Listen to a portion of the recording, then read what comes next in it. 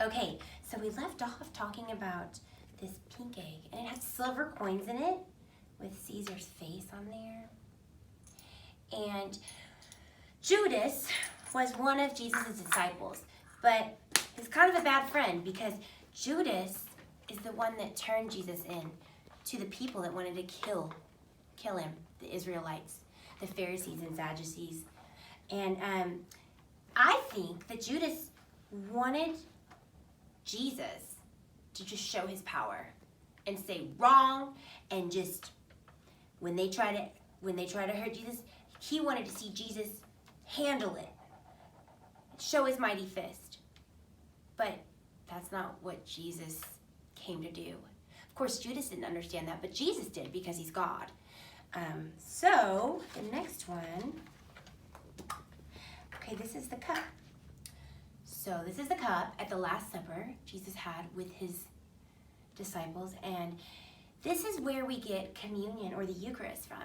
And what it is we are inviting God's spirit and light back into our bodies by symbolically drinking his blood, which is juice or wine, and eating the bread, which is symbolically means his body.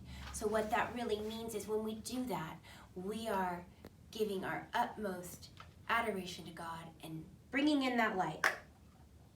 And interestingly enough, when they were at this supper, Jesus told them, I know one of you is going to betray me. And he knew it was Judas.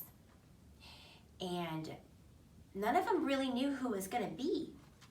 Maybe Judas knew at the time, I don't know. But the orange egg brings us praying hands. Jesus knew what was about to happen to him, and it was going to be really hard. It's the worst pain to ever be in. And he knew, he went into the Garden of Gethsemane.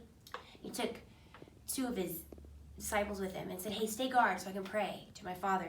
And so he prayed, and he even said, in the Bible, it says that he even said, hey, God. He was somewhat nervous, like, take this cup from me. Do I have to do this? Even though he knew he had to, because he loves us. And he came to do this for us. So, and remember, Jesus never did anything wrong. He was the only human that ever lived that was perfect. He never did anything wrong. And that's what's so crazy about it all. These people were so mean, and they wanted to hurt him for no reason. So this green egg shows a whip. Oh, that's sad. Yeah. I used to skip some of these when I would do these for you preschoolers, but I'm just going to do them all. The soldiers were really mean, and when they came to arrest Jesus, they hurt him. They hurt him with a tool and beat him up really bad. And what's crazy is one of his disciples said at the Last Supper, I will never betray you. And this was Peter. And Jesus said, Peter, you'll betray me 3 times before the crow sounds. And so this is a crow and rooster, and they make a cock-a-doodle-doo in the morning. And right after Jesus was arrested and about to go before Pontius Pilate, there were people saying, you're Peter, you're one of the disciples. But because what Jesus was teaching was so radical and so different, they were being persecuted, which means people that follow Jesus, people that have evil in them, want to hurt them. So Peter got scared and said, no, I'm not him. I'm not that guy. And he did it 3 times to people. And then he heard the rooster crow, and he said, oh, and he remembered what Jesus said, and he ran off crying. And so they beat Jesus up really bad. And then they took him and they put a crown of thorns on his head. And that was mocking him because Jesus, they were saying, King of the Jews, which he is. He's actually the king of all of us. But they were so unkind. And this one, if you look closely, yeah, I used to even skip this one. They're nails, and that's how they used to put people on the cross. And the worst way to ever die. And then, I always, this one. As Jesus was on the cross, some soldiers poked him to see if he was still alive. That's what the spear represents. And he was at this point. There were 2 other people next to Jesus. They were bad guys. They were people that did lots of bad stuff. And one of them was hollering, and because when Jesus walked with his cross, everybody, all of a sudden, instead of saying Hosanna, all these people that were there were saying, crucify him. The opposite of what they were saying a few weeks before. So Jesus knew that the darkness in them wasn't truly who they are. And Jesus said on the cross, forgive them, Father, for they not know what they do. And Jesus wanted the people that hurt him to be forgiven. And that's beautiful. All these people that were hating him and being so mean, he still loved them unconditionally. He asked God to forgive them. And so that when Jesus died on the cross, a man named Joseph of Arimathea came and took his body down and wrapped him in a cloth.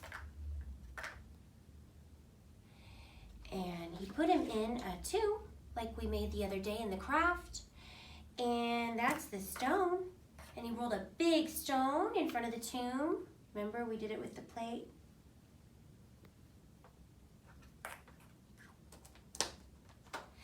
And then Mary Magdalene and Mary, his mother, and another lady, they came just to pray outside of the tomb. And would you believe that in the morning, light just hits them. And they're like, what is this? And it's an angel. And the angel says, do not be afraid. Because in the Bible, when people saw angels, it was like, oh my gosh! And they said, Jesus lives. And they went and told everybody. And this egg is empty because Jesus wasn't in the tomb. All right, guys, so I just want you to always remember that Jesus is love. He loves everyone. And what he did for us was all out of love, so that the light could win, so that love could win. And that's why Easter is so special. And the cool thing about our holidays, like Christmas and Easter, they're special because of Jesus. We love him so much that we give presents in honor of him, right? I love Easter eggs with candy. How about you? I do too. I know. I hope we all get to come back soon and hunt for eggs. Oh, yeah. Yeah. And got Easter candy. bunnies come to houses too. Yes, they do. Yeah. And you get really nice clothes, really pretty clothes to wear to church. Too. Yeah. Easter Sunday dress. Yes. Mm-hmm. That's right. Also, if you noticed throughout the week, we had a friend popping up in our videos. If you go back and watch the videos, try to find out where he is. And I think Who we is had that? I think his name is Cat in the Hat. Cat in the Hat. But I think that one more friend wanted to come say bye to you guys. Just Oh, where's Reagan Boo? Do you know where he went? Yeah, he went back in his little cubby, and he has to go back to Rainbow Dragonland tomorrow. Oh, we're So gonna I miss figured, I him. know.